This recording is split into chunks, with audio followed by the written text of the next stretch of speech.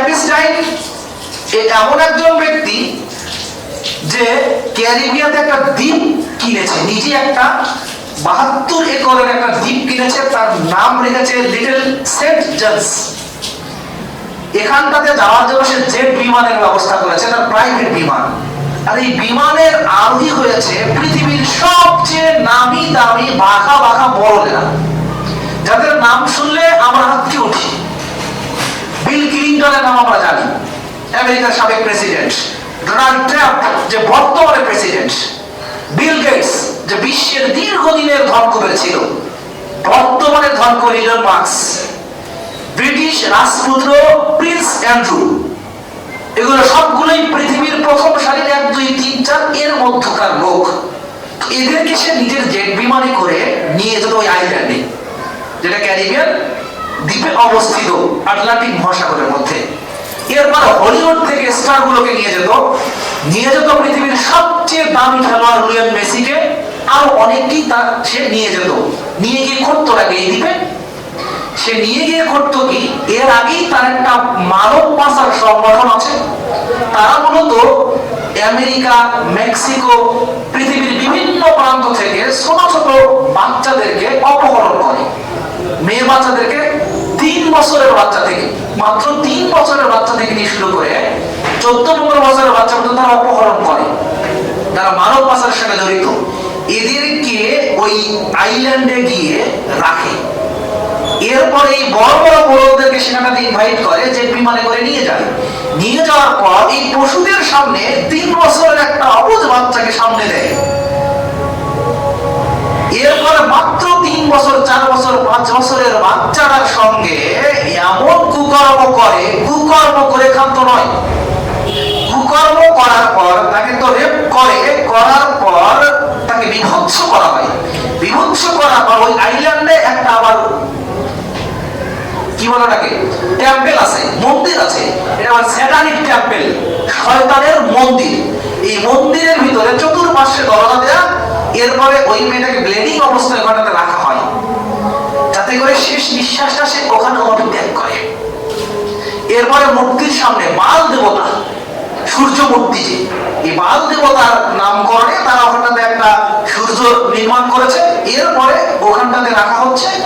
এরপরে সে কাঁপড়াচ্ছে, চিৎকার চেঁচামেচি করছে। ওর যখন চিৎকার চেঁচামেচি এদের কাছে আসছে, এরা মদ পান করছে আর আনন্দ করছে, হইহুল্লোড় করছে। বলি দেওয়া হচ্ছে বাল দেবতার সামনে এই বাচ্চাদেরকে। ওরা বলছে এটা হচ্ছে স্যাটানিক টেম্পল, এটা শয়তানের একটা মন্দির। এরপর কি করছে, ওই যে বাচ্চাগুলোকে নিয়ে যাওয়া হচ্ছে 10 বছর 12 বছরের, ওদেরকে রেপ করার পর ওদেরকে ওখানটাতে রাখা হচ্ছে বন্দি করে। ওরা যখন প্রেগনেন্ট হয়ে যাচ্ছে, প্রেগনেন্ট অবস্থায় ওদেরকে আবার হত্যা করা হচ্ছে। যখন ভ্রূণটা বড় হয়, এই ভ্রূণটাকে চিড়িয়ে বের করে বারবিকিউ করে তারা খাচ্ছে। পৃথিবীর কোন প্রাণীকে আপনি শুনেছেন কখনো এভাবে জন্তু জানোয়ার এরকম অন্যায় করতে পারে? পৃথিবীর কোন প্রাণী, আল্লাহ যে বললেন যে এরা প্রাণী নয়, এরা কুকুর শুকুরের স্তরে নিয়ে, এরা কি তার চেয়ে নিকৃষ্ট। এই বাক্যের আগে, এই ঘটনার আগে আমি এটা বিলাতে পারিনি যে মানুষ কি করে এত নিকৃষ্ট হতে পারে। মানুষের নিকৃষ্টতা সর্বোচ্চ শিখর কোথায় হতে পারে? জেফরি এপস্টাইনের এই ঘটনাটা যেন প্রমাণ দিচ্ছে, আঙ্গুল দেখিয়ে দেখিয়ে বোঝাচ্ছে যে আসলে এই মানুষ কত বন্য, কত পশু, কত ভয়ানক, কত বড় হতে পারে। দেখুন, এই এপস্টাইন ছিল মূলত মোসাদের একজন সদস্য। ওকে জেলখানাতেই, সে অনেকে বলছে আত্মহত্যা করেছে, ওরা আত্মহত্যা করে, তাকে হত্যা করা হয়।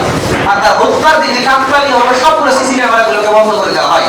মানে ওর এই ডকুমেন্টারি গুলো যেন প্রকাশ না হয়, এই জন্য তাকে কি করা হয়, জেলখানাতেই হত্যা করা হয়। কিন্তু বিষয় হচ্ছে যে পাপ তো ছাড়বে না। আর মোসাদ হচ্ছে পৃথিবীর সব থেকে শক্তিশালী গোয়েন্দা বাহিনী। এরা যার পিছনে লাগে তার সব কিছু নারী নক্ষত্র নিয়ে ছাড়ে। কেন ছাড়ে? দেখুন, ফিলিস্তিনে প্রতিদিন ছোট ছোট বাচ্চাদেরকে হত্যা করা হচ্ছে, ছোট ছোট বাচ্চাদের হত্যা করা হচ্ছে। হাত উড়ে যাচ্ছে, পা উড়ে যাচ্ছে, ভুঁড়ি বের হয়ে যাচ্ছে। আমরা দেখি শিহরে উঠছি, কিন্তু ট্রাম্পেরা কখনোই শিহরিত হয় না। কারণটা কি বলেন তো? কারণ ট্রাম্প সরাসরি চোখের সামনে এগুলো নিজে করে। কি করে? সে নিজে করে। বড় বড় পশ্চিমা জানা ব্যক্তিত্বরা তারা নিজেরা এই কাজগুলো করেছে, এই জন্য এটা বিবেকে এটা কাজ করে না। আর যদি ইউরোপ আমেরিকা লোকেরা যদি ফিলিস্তিনের পক্ষ নেয়, তাহলে কিন্তু ইসরায়েল কি করবে? তথ্যগুলা মানুষের সামনে প্রকাশ করে দেবে। এই জন্য মূলত বড় বড় নেতারা জিম্মি। এখন কথা হচ্ছে যে মোসাদের পর পর পৃথিবীর সবচেয়ে দ্বিতীয় শক্তিশালী খারাপ বাহিনী হচ্ছে ভারতের র। এরা কি করে? এরা মূলত পুরো পৃথিবীতে নেটওয়ার্কটা, তবে আশপাশের দেশগুলোতে শক্তিশালী, বিশেষ করে আমাদের বাংলাদেশে শক্তিশালী বেশি আছে। আপনারাই দেখেন বিগত 16 বছর যেভাবে কলকাঠি বোরা নাড়তে চেয়েছে, সেইভাবে আমাদেরকে নাড়তে হয়েছে। হাসিনার কি বিবেক নাই মনে করেন? ওয়াইদুল কাদের কি বিবেক ছিল না মনে করেন? এই যে নেতাগুলো, এদের কি বিবেক ছিল না? ছিল, কিন্তু বিবেক থেকে আর কিছু নেই। কারণটা কি? যেভাবে ভিডিও ছিল, যেভাবে তথ্য প্রমাণ ছিল, যে ট্র্যাপে তারা ফেলেছিল, ঠিক সেম হানি ট্র্যাপের মধ্য দিয়েও আমাদের বড় বড় নেতাদেরকে তারা রেখেছে। এবং আমাদের এই নেতাগুলো যদি ইন্ডিয়ান পারপাস সার্ভ না করে, যদি তাদের বিরুদ্ধে যদি কথা বলে, তাহলেও এদের যে বিষয়গুলো আছে এগুলো কি করে দেবে?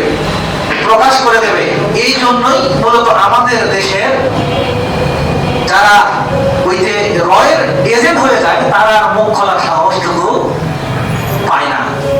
তবে সবচেয়ে দুঃখজনক বিষয় যুবক তোমার জন্য, সেটা হচ্ছে যে তুমি যে লিওনেল মেসিকে অনেক ভালোবাসো, তোমার জার্সিতে 10 নম্বর জার্সিতে পছন্দের থাকে, তোমার যদি দেশে বাংলাদেশ সময় যদি রাত 3টার সময় খেলা থাকে, তখন তুমি লিওনেল মেসি খেলা দেখো, তাই না? অথচ লিওনেল মেসির ভিডিও প্রকাশ করেছে, সমকামী একটা ভিডিও প্রকাশ করেছে। লিওনেল মেসির একটা সমকামিতার ভিডিও প্রকাশ করেছে তারা, লজ্জায় মাথা কাটা যায়। এরপরও বাংলাদেশের বড় বড় ব্যক্তিরা, শিক্ষিত ব্যক্তিরা, কলেজ বিশ্ববিদ্যালয়ের ব্যক্তিরা পর্যন্ত ওই জার্সি নিয়ে ঘুরে বেড়ায়। দেখুন কত নোংরা, কত জঘন্য হতে পারে। এই যে ঘটনা ঘটে গেল, এই যে প্রকাশ হয়ে গেল, সবগুলি তো অমুসলিম। কোন মুসলমানের নাম যদি ঘটনায় থাকতো, যে আরব বিশ্বের কোন, তারপরেও কিন্তু আরব বিশ্বের সালমানের একটা ছবিকে কাটিং করে দিয়ে বলা হচ্ছে কি যে বিন সালমানও ওদের আতিথ্য গ্রহণ করেছিলেন। তার কোনো প্রমাণ দিতে তারা পারে, কিন্তু বলছে কি বিন সালমান আতিথ্য গ্রহণ করেছিলেন। কিভাবে মুসলিমদেরকে ডমিনেট করা যায়, এটা তাদের পরিকল্পনা। অথচ তার প্রমাণ পায়নি। বলেছে কি যে ওই যে সোলেমানি অথবা খোশাকির যে হত্যা, এই হত্যার পিছনে সালমান অথবা জড়িত ছিল, এটা একটা নথিতে তারা প্রকাশ করেছে। এমনকি বাংলাদেশের হাসিনার ইমেইলের একটা তথ্য তারা কি প্রকাশ করেছে। এই বিষয়কে কেন্দ্র করে তারা আমাদের কথা বলছে। যা বলছিলাম, যদি কোনো মুসলিম সরকারি কাজ করতো, তাহলে কি হতো? বাংলাদেশের নারীবাদীদের প্রতিদিনই ঝাড়ু মিছিল, নারীবাদীদের প্রতিদিনই যে আন্দোলন, এদিকে ভারত থেকে তসলিমা নাসরিনের প্রতিদিন যে ইসলাম বিদ্বেষী ক্ষোভ, প্রতিদিনই যে এত কিছু করছে, এই বিষয়ে কেন্দ্র নিয়ে কেউ কোনো মুখ খুললো না। কেউ তো বললো না যে আমেরিকা তোমাদেরকে আমরা বয়কট করলাম, তোমাদের বিচার হতে হবে, ট্রাম্প তোমার বিচার হতে হবে, বিল গেটস তোমার বিচার হতে হবে। কেউ কি বলেছে? বলেনি।